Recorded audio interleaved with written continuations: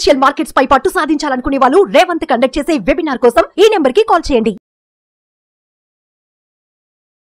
నమస్తే, welcome to Suman TV. నేను విష్ణు. ప్రస్తుత పట్టు ప్రముఖ స్టాక్ మార్కెట్ అనలిస్ట్ రామచంద్రమూర్తి గారు ఉన్నారు. వారితో మాట్లాడదాం. సార్ నమస్తే. సార్ నమస్తే సార్. సార్ రామచంద్రమూర్తి గారు, లాస్ట్ 4-5 years నుంచి ఈ డిఫెన్స్ సెక్టర్ కానీ డిఫెన్స్ స్టాక్స్ మంచి బజ్ క్రియేట్ అయింది.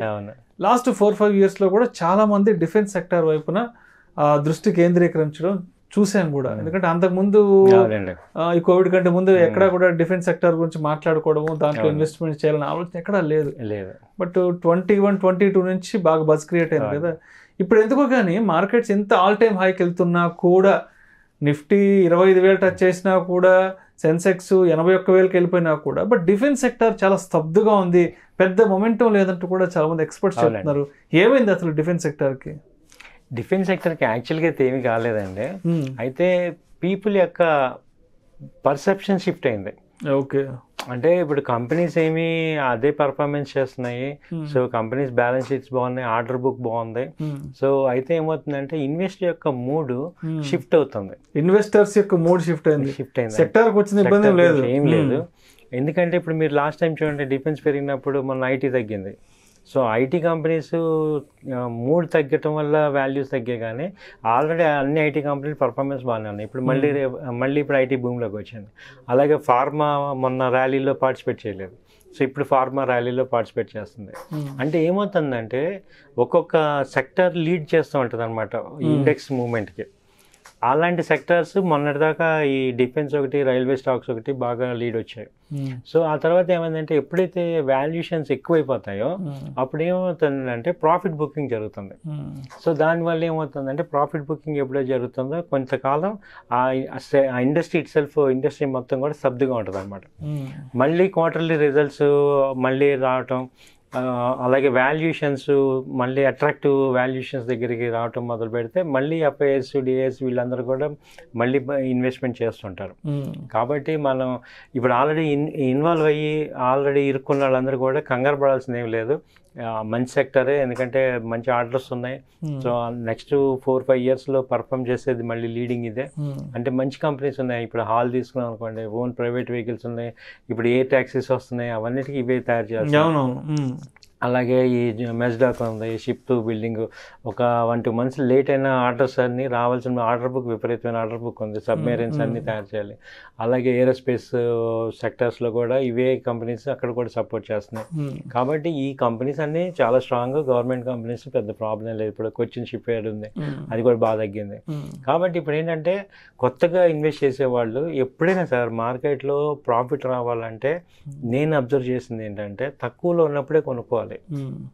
సో ఏ స్టాక్ అయినా కానీ అంతే కదా, తక్కువలో ఉన్నప్పుడు కొనుక్కొని ఎక్కువ రేట్లో ఉన్నప్పుడు అమ్మితే ప్రాఫిట్.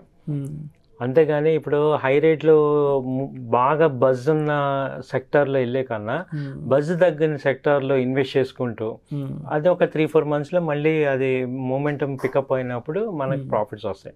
సో ఒక at least short term two long term point of వ్యూలో ఏంటంటే ఇది కరెక్షన్ అవుతూనే ఉంటాయి. ఇప్పుడు ఒక్కొక్క టైంలో ఒక్కొక్క సెక్టర్ కరెక్షన్ అవుతూ ఉంటుంది. కరెక్షన్ అయినప్పుడు ఏం చేయాలంటే ఒక ఆపర్చునిటీ కింద తీసుకోవాలి, కానీ అదొక నెగిటివ్గా తీసుకోకూడదు.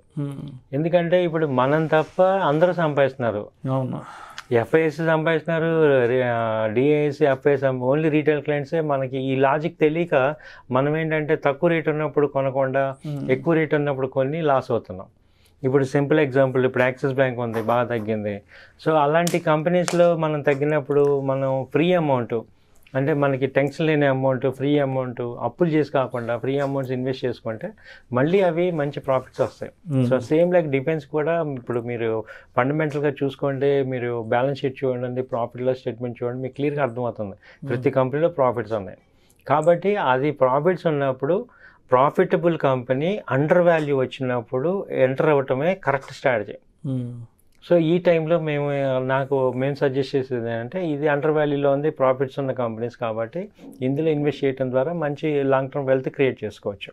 సో బజ్ ఇప్పుడు ఏమి నెక్స్ట్ మళ్ళీ బజ్ రావాల్సింది, ఎందుకంటే ఇండియాకి మీరు బడ్జెట్ చూసుకుంటే కనీసం 30 to 40% బడ్జెట్ డిఫెన్స్కి వెళ్ళేది, డిఫెన్స్కి డిప్లాయ్ చేస్తున్నారు. కాబట్టి ఇవాళ ఇంకొక పాయింట్ ఏంటంటే మన యొక్క వెపన్స్ ఎక్స్పోర్ట్ కూడా చేసే పరిస్థితికి వస్తున్నాం. మన యొక్క ఆర్మీ అంతా కూడా అమ్యునిషన్ అంతా కూడా ఎక్స్పోర్ట్ చేసే పరిస్థితికి వస్తున్నాం. కాబట్టి ఈ కంపెనీస్ మళ్ళీ ఫార్వర్డ్ ఫ్రంట్లో రావాల్సినవే. కాబట్టి ఇప్పుడు ఉన్న టైంని మనం నా సజెషన్ ఏంటంటే, నా వ్యక్తిగత అభిప్రాయం ఏంటంటే, ఇదే రైట్ టైం ఇన్వెస్ట్ ఇలాంటి కంపెనీస్లో ఫండమెంటల్గా స్ట్రాంగ్ ఉండి వాల్యుయేషన్ తగ్గిన కంపెనీస్లో ఇన్వెస్ట్ చేయడమే కరెక్ట్ పద్ధతి అని నాకు అనిపిస్తుంది. సో లాంగ్ టర్మ్ లో ఇన్వెస్ట్ చేసుకున్న ఎలాంటి ఇబ్బంది లేదు. ఏం లేదు, ఒక 3 years కో ఒక 5 years ఇన్వెస్ట్ చేసుకున్న వాళ్ళకి అయితే ఇబ్బంది లేదు. ఇప్పుడు డౌన్ ట్రెండ్ లో ఉన్న నెక్స్ట్ మంచి మూమెంట్ తీసుకునే అవకాశం ఉందంటారు. అవునండి. ఓకే, సో ఆల్రెడీ ఇన్వెస్ట్ చేసిన వాళ్ళు కూడా భయపడాల్సిన అవసరం లేదు. ఓకే, సో అందుకనే మీకు ఇది సెక్టర్ రొటేషన్ అంటుంది. మీరు అబ్జర్వ్ చేయండి, లాస్ట్ 3 months బ్యాక్ ఐటీ లాగా అన్నారు, ఐటీ అంతా డౌన్. ఇవాళ చూస్తే అవుట్ పర్ఫార్మెన్స్ వచ్చింది. 3 months, జస్ట్ 3 months బ్యాక్ చూడండి. అప్పుడు ఆ టైంలో 25,000 వచ్చిన నిఫ్టీ, ఐటీ పర్ఫార్మెన్స్ లేదు, బట్ ఇవాళ వచ్చేసింది. అలాగే ఫార్మా లేదు 3 months బ్యాక్. ఇప్పుడు సేమ్ అలాంటి ఆపర్చునిటీ మీరు అబ్జర్వ్ చేయడం ద్వారా ఇలాంటి టైంలో ఇన్వెస్ట్ చేస్తే మంచి ఆపర్చునిటీ ఇది. అంటే ఫ్రెష్ అమౌంట్స్ ఏమైనా ఉంటే ఫ్రీ అమౌంట్స్ ఇన్వెస్ట్ చేసుకోవడం ద్వారా మీరు అన్నట్టు 3-4 years అసలు మంచి ప్రాఫిట్స్ వస్తాయండి. Thank you sir, thank you so much. Thank you.